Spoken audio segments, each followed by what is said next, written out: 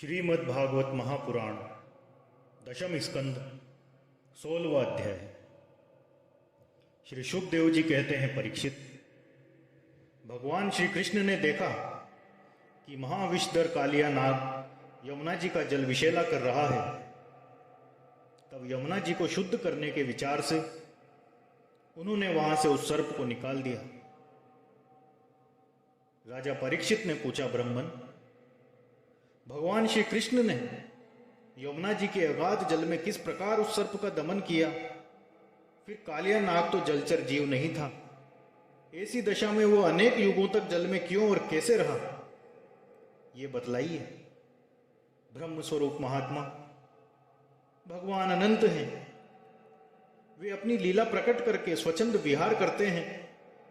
गोपाल रूप से उन्होंने जो उदार लीला की है वह तो अमृत स्वरूप है, भला उसके सेवन से कौन तृप्त हो सकता है? श्री शुकदेव जी ने कहा, परीक्षित, यमुना जी में कालिया नाग का एक कुंड था। उसका जल विष की गर्मी से खौलता रहता था, यहां तक कि उसके ऊपर उड़ने वाले पक्षी भी झुलसकर उसमें गिर जाया करते थे। उसके विषैले जल की उत्ताल तरंगों का स्पर्श करके तथा उसकी छोटी छोटी बूंदें लेकर जब वायु बाहर आती तो तट के घास पात वृक्ष पशु पक्षी आदि का स्पर्श करती, तब वे उसी समय मर जाते थे। परीक्षित, भगवान का अवतार तो दुष्टों का दमन करने के लिए ही होता है। जब उन्होंने देखा कि उस सांप के विष का वेग बड़ा प्रचंड है और वो भयानक विष ही उसका महान बल है तथा उसके कारण मेरे विहार का स्थान यमुना जी भी दूषित हो गई हैं, तब भगवान श्री कृष्ण अपनी कमर का फेंटा कसकर एक बहुत ऊंचे कदम्ब के वृक्ष पर चढ़ गए और वहां से ताल ठोककर उस विषैले जल में कूद पड़े। यमुना जी का जल सांप के विष के कारण पहले से ही खोल रहा था।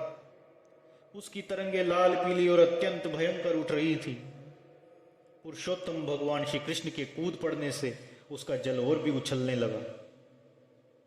उस समय तो कालिया दह का जल इधर उधर उछलकर 400 हाथ तक फैल गया। अचिंत्य अनंत बलशाली भगवान श्री कृष्ण के लिए इसमें कोई आश्चर्य की बात नहीं है। प्रिय परीक्षित, भगवान श्री कृष्ण कालिया दह में कूदकर अतुल बलशाली मतवाले गजराज के समान जल को उछालने लगे। इस प्रकार जल कीड़ा करने पर उनकी भुजाओं की टक्कर से जल में बड़े जोर का शब्द हो रहा था। आंख से ही सुनने वाले काला नाग ने जब आवाज सुनी तो देखा कि कोई मेरे निवास स्थान का तिरस्कार कर रहा है। उसे यह सहन न हुआ। वह चिढ़कर भगवान श्री कृष्ण के सामने आ गया। उसने देखा कि सामने एक सांवला सलोना बालक है। वर्षाकालीन मेघ के समान अत्यंत सुकुमार शरीर है। उसमें लगकर आंखें हटने का नाम ही नहीं लेती। उसके वक्षा स्थल पर एक सुनहली रेखा श्री वत्स का चिन्ह है और वो पीले रंग का वस्त्र धारण किए हुए है। बड़े मधुर एवं मनोहर मुख पर मंद मंद मुस्कान अत्यंत शोभायमान हो रही है। चरण इतने सुकुमार और सुंदर हैं, मानो कमल की गद्दी हो। इतना आकर्षक होने पर भी जब कालिया नाग ने देखा कि बालक तनिक भी न डरकर इस विषैले जल में मौज से खेल रहा है, तब उसका क्रोध और भी बढ़ गया। उसने श्री कृष्ण को मर्म स्थानों में डसकर अपने शरीर के बंधन से उन्हें जकड़ लिया। भगवान श्री कृष्ण नागपाश में बंधकर निश्चेष्ट हो गए। यह देखकर उनके प्यारे सखा ग्वाल बाल बहुत ही पीड़ित हुए और उसी समय दुख, पश्चाताप और भय से मूर्छित होकर पृथ्वी पर गिर पड़े, क्योंकि उन्होंने अपने शरीर, सुईत, धन संपत्ति, स्त्री, पुत्र, भोग और कामनाएं सब कुछ भगवान श्री कृष्ण को ही समर्पित कर रखा था। गाय, बैल, बच्चे और बछड़े बड़े दुख से डकारने लगे। श्री कृष्ण की ओर ही उनकी टकटकी बंध रही थी। वे डरकर इस प्रकार खड़े हो गए मानो रो रहे हों। उस समय उनका शरीर हिलता डोलता तक न था। इधर ब्रज में पृथ्वी, आकाश और शरीर में बड़े भयंकर भयंकर 3 प्रकार के उत्पात उठ खड़े हुए, जो इस बात की सूचना दे रहे थे कि बहुत ही शीघ्र कोई अशुभ घटना घटने वाली है। नंद बाबा आदि गोपों ने पहले तो उन अशुकनों की ओर देखा, पीछे से यह जाना कि आज श्री कृष्ण बिना बलराम के ही गाय चराने चले गए हैं, तो वे भय से और व्याकुल हो गए। वे भगवान का प्रभाव तो जानते नहीं थे, इसलिए उन अशुकनों को देखकर उनके मन में ये बात आई कि आज तो श्री कृष्ण की मृत्यु ही हो गई होगी। वे उसी क्षण दुख, शोक और भय से आतुर हो गए। क्यों न हो, श्री कृष्ण ही उनके प्राण, मन और सर्वस्व थे।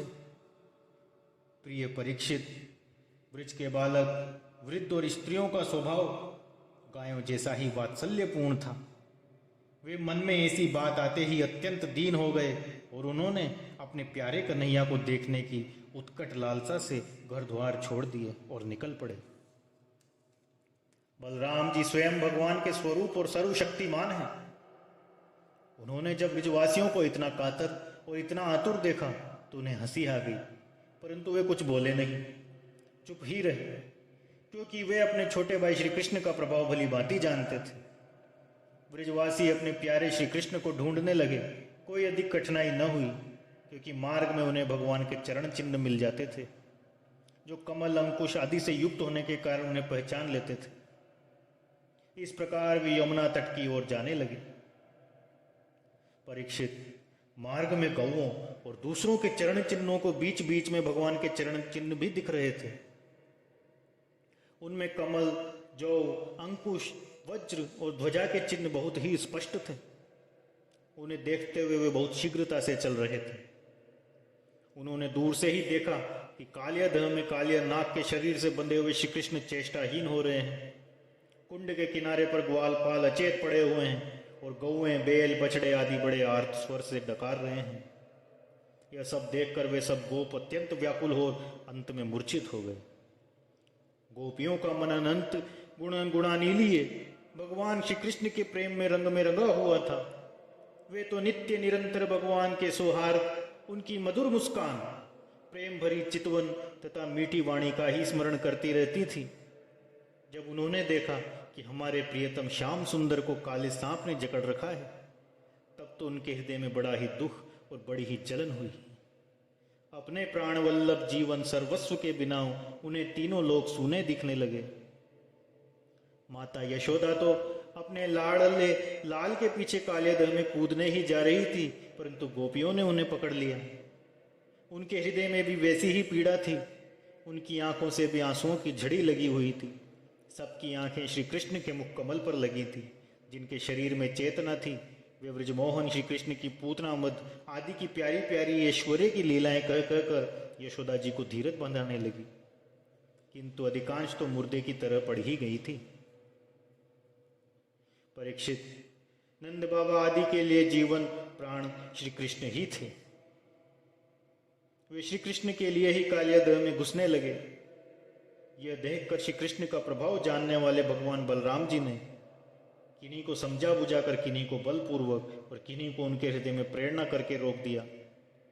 परीक्षित, ये सांप के शरीर से बंध जाना तो श्री कृष्ण की मनुष्य जैसी एक लीला थी। जब उन्होंने देखा कि ब्रज के सभी लोग, स्त्री और बच्चे मेरे लिए अत्यंत दुखी हो रहे हैं और सचमुच मेरे सिवा इनका कोई दूसरा सहारा भी नहीं है, तब वे एक मुहूर्त के सर्प के बंधन में रहकर बाहर निकल आए। भगवान श्री कृष्ण ने उस समय अपना शरीर फुलाकर खूब मोटा कर लिया। इससे सांप का शरीर टूटने लगा। वो अपना नागपाश छोड़कर अलग खड़ा हो गया और क्रोध से आग बबूला होकर अपने फण ऊंचा करके फुफकारे मारने लगा। घात मिलते ही श्री कृष्ण पर चोट करने के लिए वो उनकी ओर टकटकी लगाकर देखने लगा। उस समय उसके नथुनों से विष की फुहारें निकल रही थी। उसकी आंखें स्थिर थी और इतनी लालम लाल हो रही थी मानो भट्टी पर तपाया हुआ खोपड़ा हो। उसके मुंह से आग की लपटें निकल रही थी।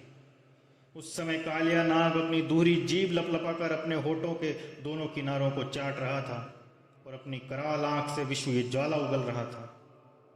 अपने वाहन गरुड़ के समान भगवान श्री कृष्ण उसके साथ खेलते हुए पेतरा बदलने लगे और वह सांप भी उन पर चोट करने का दाव देखता वह पेतरा बदलने लगा। इस प्रकार पेतरा बदलते बदलते उसका बल क्षीण हो गया।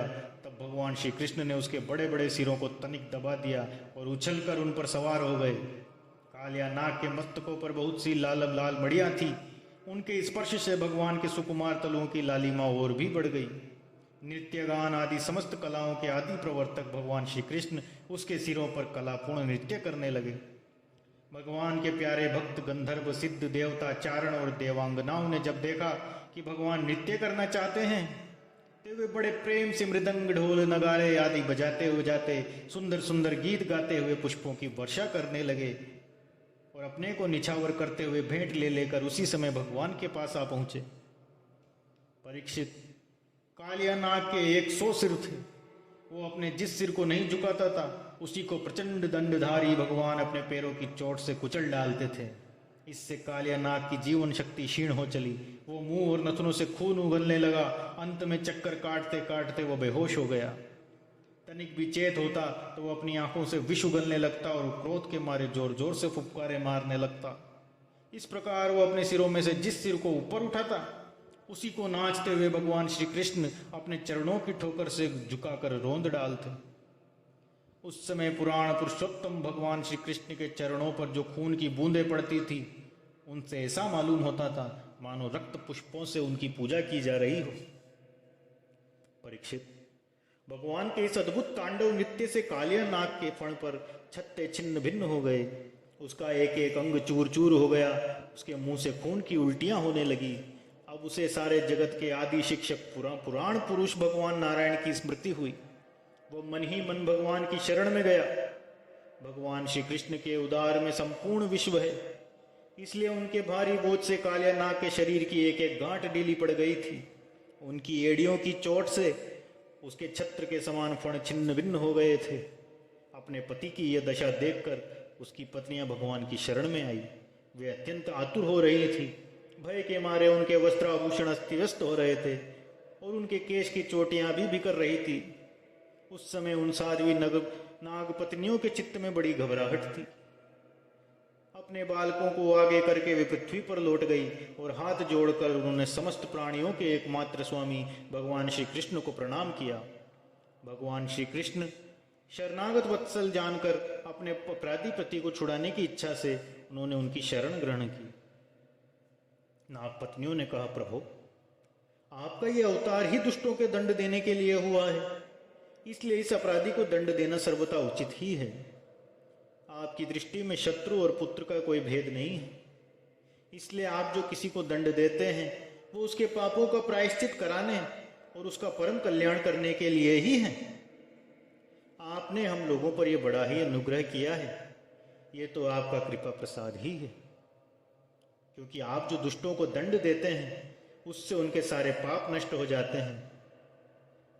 इस सर्प के अपराधी होने में तो कोई संदेह ही नहीं है। यदि ये अपराधी न होता तो इसे सर्प की योनि ही क्यों मिलती। इसलिए हम इस सच्चे हृदय से आपके इस क्रोध को भी आपका अनुग्रह ही समझ रही हैं। अवश्य ही पूर्व जन्म में इसने स्वयं मान रहित होकर और दूसरों का सम्मान करते हुए कोई बड़ी तपस्या की होगी, अथवा सब जीवों पर दया करते हुए इसने कोई बहुत बड़ा ही धर्म किया होगा। तभी तो आप इसके ऊपर अत्यंत संतुष्ट हैं, क्योंकि सर्व जीवन स्वरूप आपकी प्रसन्नता का यही उपाय है। भगवान, हम नहीं समझ पाते कि ये इसकी किस साधना का फल है जो ये आपके चरण कमलों की धूल का स्पर्श पाने का अधिकारी हो गया। प्रभु, जो आपके चरणों की धूल की शरण ले लेता है वे भक्तजन स्वरों का राज्य या पृथ्वी की बादशाही नहीं चाहते। न वे रसातल का ही राज्य चाहते हैं, न तो ब्रह्मा का ही पद चाहते हैं। उन्हें आणी मदी योग सिद्धियों की भी चाह नहीं होती, यहाँ तक कि वे जन्म मृत्यु से छुड़ाने वाले केवल्य मोक्ष की भी इच्छा नहीं करते। स्वामी, यह नागराज तमोगुणी योनि में उत्पन्न हुआ है और अत्यंत क्रोधी है, फिर भी इसे आपकी वो परम पवित्र चरण रज प्राप्त हुई जो दूसरों के लिए सर्वथा दुर्लभ है। प्रभु, हम आपको प्रणाम करती हैं। आप अनंत एवं अचिंत्य ऐश्वर्य के नित्य निधि हैं। समस्त शास्त्र आपसे ही निकले हैं और आपका ज्ञान स्वतः सिद्ध है। आप ही मन को लगाने की विधि के रूप में और उसको सब कहीं से हटा लेने की आज्ञा के रूप में प्रवृत्ति मार्ग और निवृत्ति मार्ग हैं।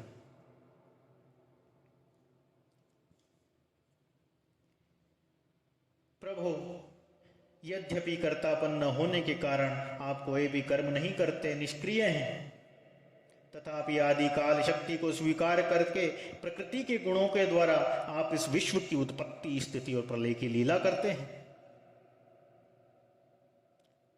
फिर भी इस समय आपको सत्व गुण प्रदान शांत जन ही विशेष प्रिय हैं, क्योंकि आपका ये अवतार, ये लीलाएं साधु जनों की रक्षा, धर्म की रक्षा के लिए हुआ है। भगवान कृपा कीजिए, अब यह सर्प मरने ही वाला है। साधु पुरुष सदा से ही हम अबलाओं पर दया करते आए हैं, अतः आप हमें हमारे प्राण स्वरूप पति को दे दीजिए प्रभु। हम आपकी दासी हैं प्रभु, हमें आप आज्ञा दीजिए, आपकी क्या सेवा करें, क्योंकि जो श्रद्धा के साथ आपकी आज्ञाओं का पालन कर आपकी सेवा करता है वो सब प्रकार के भयों से छुटकारा पा जाता है। श्री शुकदेव जी कहते हैं, परीक्षित, भगवान के चरणों की ठोकरों से कालिया नाग के फण छिन्न भिन्न हो गए थे। वो बेसुध हो रहा था। जब नाग पत्नियों ने इस प्रकार भगवान की स्तुति की तब उन्होंने दया करके उसे छोड़ दिया। धीरे धीरे कालिया नाग की इंद्रियों और प्राणों में कुछ कुछ चेतना आई। तब कालिया नाग ने कहा, नाथ, हम जन्म से ही दुष्ट तमोगुणी और बहुत दिनों तक बाद भी अपना बदला लेने वाले बड़े क्रोधी जीव हैं। भगवान, आपकी ही सृष्टि में हम सर्प भी हैं। हम जन्म से ही बड़े क्रोधी होते हैं। हम इस माया के चक्कर में स्वयं मोहित हो रहे हैं, फिर अपने ही प्रयत्न से इस दुस्त्यज माया का त्याग कैसे कर दें? आप सर्वज्ञ संपूर्ण जगत के स्वामी हैं। आप ही हमारे स्वभाव और इस माया के कारण भी हैं।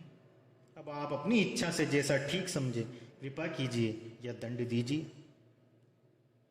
श्री शुकदेव जी कहते हैं, कालिया नाग की बात सुनकर लीला मनुष्य भगवान श्री कृष्ण ने कहा, सर्प, अब तुझे यहां नहीं रहना चाहिए। तू अपने जाति भाई, पुत्र और स्त्रियों के साथ शीघ्र ही यहां से समुद्र में चला जा। अब गौएं और मनुष्य यमुना जल का उपभोग करें। जो मनुष्य दोनों समय तुझको दी हुई मेरी इस आज्ञा का स्मरण तथा कीर्तन करें, उसे सांपों से कभी भय न हो। मैंने इस कालिया जल में क्रीड़ा की है, इसलिए जो पुरुष इसमें स्नान करके जल से देवता और पितरों का तर्पण करेगा एवं उपवास करके मेरा स्मरण करते हुए मेरी पूजा करेगा, वो सब पापों से मुक्त हो जाएगा। मैं जानता हूं कि तू गरुड़ के भय से रमणक द्वीप छोड़कर इस दह में आ बसा था। अब तेरा शरीर मेरे चरण चिन्हों से अंकित है, इसलिए जा, अब गरुड़ तुझे नहीं खाएगा। श्री शुकदेव जी कहते हैं, भगवान श्री कृष्ण की एक एक लीला अद्भुत है। उनकी ऐसी आज्ञा पाकर कालिया नाग और उसकी पत्नियों ने आनंद से भरकर बड़े आदर से उनकी पूजा की। उन्होंने दिव्य वस्त्र, पुष्पमाला, मणि, बहुमूल्य आभूषण, दिव्य गंध, चंदन और अति उत्तम कमलों की माला से जगत के स्वामी गरुड़ ध्वज भगवान श्री कृष्ण का पूजन करके उन्हें प्रसन्न किया। इसके बाद बड़े प्रेम और आनंद से उनकी परिक्रमा की, वंदना की और उनसे अनुमति ली। तब उनकी पत्नियों, पुत्रों और बंधु बांधवों के साथ रमणक द्वीप की, जो समुद्र में सर्पों के रहने का एक स्थान है, वहां की यात्रा की। लीला मनुष्य भगवान श्री कृष्ण की कृपा से यमुना जी का जल केवल विषहीन ही नहीं, बल्कि उसी समय अमृत के समान मधुर हो गया। बोलिए श्री कृष्ण चंद्र भगवान की जय। ओम नमो भगवते वासुदेवाय। इस प्रकार श्रीमद् भागवत महापुराण दशम स्कंद का 16वां अध्याय पूर्ण हुआ। अगले अध्याय की कथा अगले वीडियो में। कृपया मेरा चैनल सब्सक्राइब करें, वीडियो को लाइक करें, शेयर करें। जय श्री कृष्ण।